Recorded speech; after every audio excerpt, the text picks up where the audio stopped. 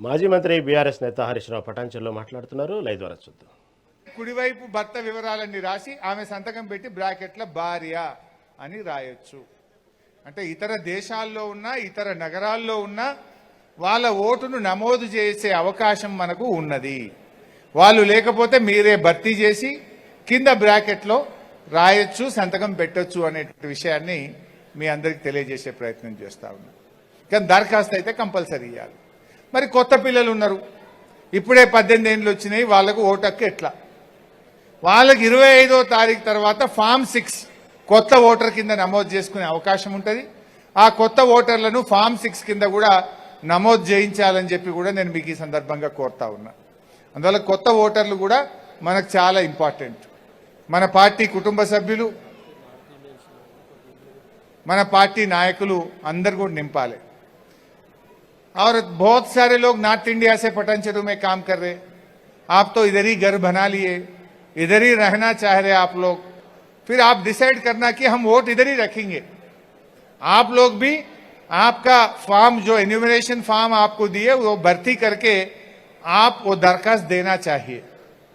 अब पिछले 2002 में तुम्हारा अगर से वोट है, जब कहां पर वोट है वो भी आप उसमें लिख के देना है.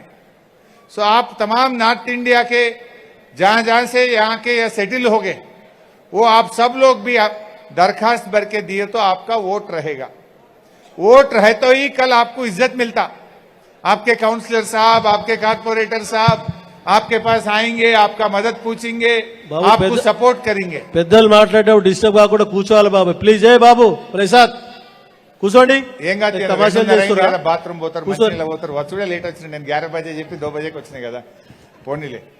అయితే జరూర్ आप लोग वोट भर के देना है, ఆ దరఖాస్తు भर के देना है. సో ఈ రకంగా అందరూ కూడా అప్లికేషన్లు నింపే ప్రయత్నం చేయండి. ఇప్పుడు రేపు మళ్ళీ కార్పొరేటర్ నిల్చుంటారు, నవంబర్లోనో డిసెంబర్లోనో జిహెచ్ఎంసీ ఎలక్షన్ అయింది అంటున్నారు. చాలా మంది పోటీ చేయడానికి తయారున్నారు. ఇక్కడ మరి పోటీ చేయడానికి తయారున్నారు కానీ మరి ఈ పని ఎందుకో చేస్తలేరు, మీరు తిరుగుతలేరు. మీరు మా బూత్ లెవెల్ ఏజెంట్లను అసలు పట్టించుకుంటలేరు. మా బూత్ లెవెల్ ఏజెంట్లకు కనీసం తమ్ముళ్ళ కింద ఛాయ్ పానీ ఏమైనా చూస్తురా? ఏమైనా బిడ్డ జర పని చేయరా అని వాళ్ళకి ఇంత గౌరవం ఇస్తున్నారా? జర పట్టించుకోవాలి కదా. మరి రేపు మీరు నిలబడటమంటే మరి వాళ్ళు అనుకుంటేనే గెలుతారు, లేకపోతే గెలువరు. మరి మీరు ఎవరు మంచిగా అరుచుకుంటే గాలకే మంచిగా చూస్తారు. రేపు వాళ్ళు ఎవరికి టికెట్ ఇవ్వని చెప్తే గాలకే ఇస్తుంది పార్టీ, మరి లేకపోతే మీరు కింది మీద అవుతారు, మీ ఇష్టం. ముఖ్యంగా రేపు ఎవరైతే తయారున్నారో మంచిగా బూత్ లెవెల్ ఏజెంట్లను మంచిగా అరుచుకోరి, వాళ్ళని మంచిగా చూసుకోరి. మీరు కూడా వాళ్ళు ఎంబడి తిరుగురు. జర తిరిగి మన కేసీఆర్ అభిమానులు, బీఆర్ఎస్ అభిమానులు, మైపాలన్న అభిమానులు, ఆదర్శ అభిమానులు, మీ అందరి అభిమానులు ఎవరుంటే వాళ్ళ ఓట్లు రాయించండి, దరఖాస్తులు నింపి ఇవ్వండి.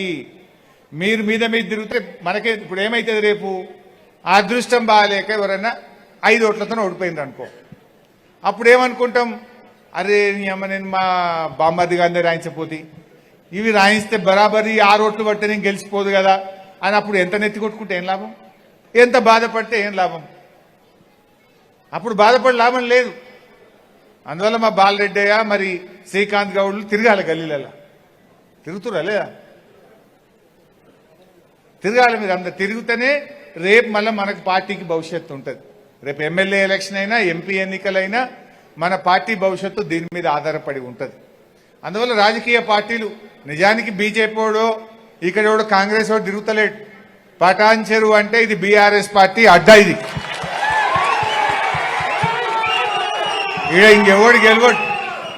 ఎప్పుడు ఎలక్షన్ వచ్చినా మళ్ళా ఎగిరే జెండా గులాబీ జెండా బరాబర్. అయితే మన మెజార్టీ పెరగాలి. రేపు ఇది 2 కాన్స్టిట్యున్సీలు అయిందనుకో, ఇద్దరం గెలవాలి కదా మనం. రేపు కార్పొరేట్ సీట్లు పెరుగుతాయంటున్నారు, మళ్ళా పెరిగితే మరి అందరు కార్పొరేటర్లు మేము గెలిపించుకోవద్దా మనం?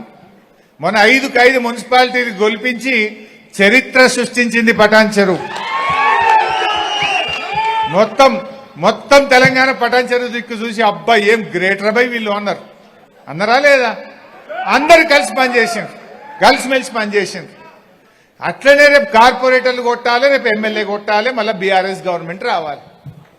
కష్టపడదాం, గట్టిగా మంచిగా చేసుకుందాం.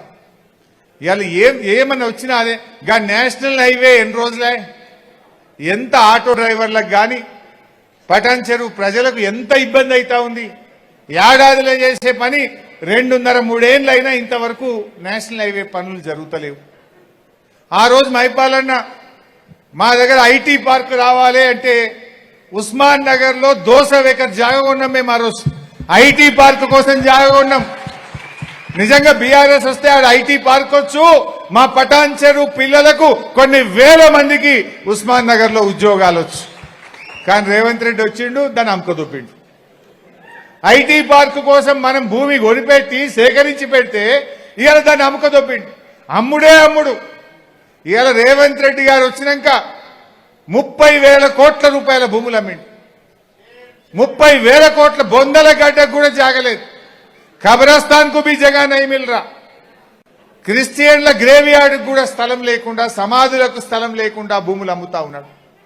అటు హిందూ శ్మశాన వాటికో, ముస్లింలకో, క్రైస్తవులకో कम से कम जमीन भी नहीं है, जैसा पूरा जमीन आप बेच ले रहा. ये क्या बात है? వీళ్ళందరం కూడా ఆలోచించాలి. ఎవరికైనా ఇచ్చిన ఒక్క మాట నిలబెట్టుకున్నాడా? ఇవాళ నిన్న మాట్లాడుతుండే రేవంత్ రెడ్డి బీఆర్ఎస్ పెట్టిన అన్ని పథకాలు నడుపుతున్నా నేను ఆపింది అంటుండు. పోదాంపా పటాన్ చెరువు దాఖానకు.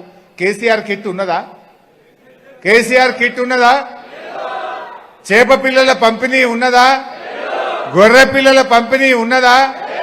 ఫీజు రియంబర్స్మెంట్ పిల్లలకు వస్తున్నదా? మరి ఇవన్నీ బంద్ చేయలేదా రేవంత్ రెడ్డి? బీసీ బంధు బంద్ అయింది, దళిత బంధు బంద్ అయింది. కళ్యాణ లక్ష్మి పిల్లలు పుట్టిన కత్తుంది. సంఖ్యలో పిల్లలు ఎత్తుకొని వచ్చి చెక్కులు తీసుకుంటారు. ఆ తులం బంగారం విడిచిపెట్టు, ఇచ్చే చెక్కు కూడా పిల్లలు పుట్టిన కత్తుంది. అది ఇవాళ ఏ రకంగా కూడా ఒక్కటి కూడా ప్రజలకు ఇచ్చిన పథకాలు లేవు. రేవంత్ రెడ్డి ఏమనంటే ఫ్యూచర్ సిటీ. ఇంకోటి అంటున్నా రేవంత్ రెడ్డి, నువ్వు 4,000 పింఛన్ ఇస్తా అన్నావు.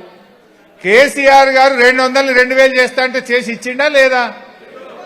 కానీ నువ్వు 4,000 పింఛన్ ఇవ్వంటే నన్ను కోసినా పైసలు లేవంటాడు.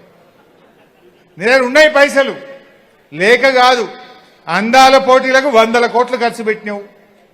బోధి పెవిలియన్ కట్టుకోవడానికి, బోధి నిలయం కట్టుకోవడానికి 100 కోట్లు ఖర్చు పెట్టినావు. అంత మంచి సెక్రటరియట్ ఉండగా నీ జూబ్లీ హిల్స్ ప్యాలెస్ పక్కన ఎందుకు మళ్ళీ బోధి భవన్ కట్టినావు అని అడుగుతా ఉన్నా. ఫ్యూచర్ సిటీకి 1,00,000 కోట్లు పెట్టారట.